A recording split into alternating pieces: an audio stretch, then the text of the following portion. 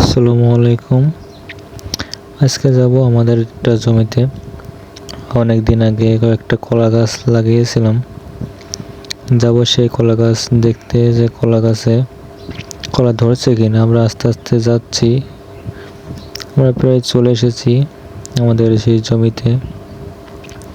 আমাদের এইখানে আবার অনেক গরু ছাগলের অত্যাচার হয়, তো ওই জন্য ছোট্ট একটা গেট দেওয়া। এই গেটটা খুলে এখন আমরা ভেতরে প্রবেশ করব। ভিতরে ঢুকেই দেখি একটা বলার চাক হয়েছে অনেক বড়। সেটা দেখে দূরে সরে গেলাম।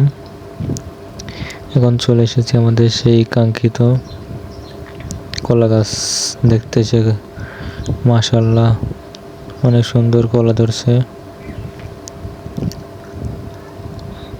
আল্লাহ কষ্ট করলে তার ফল অবশ্যই দেয়, এটাই তার প্রমাণ।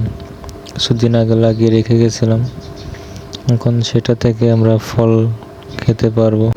আর আপনারা বিকালবেলা একটু ঘুরতে বেরোবেন, তাহলে মনটা অনেক সুন্দর থাকবে। আজকে এ পর্যন্তই, সবাইকে ধন্যবাদ। সবাই ভালো থাকবেন। আল্লাহ হাফেজ।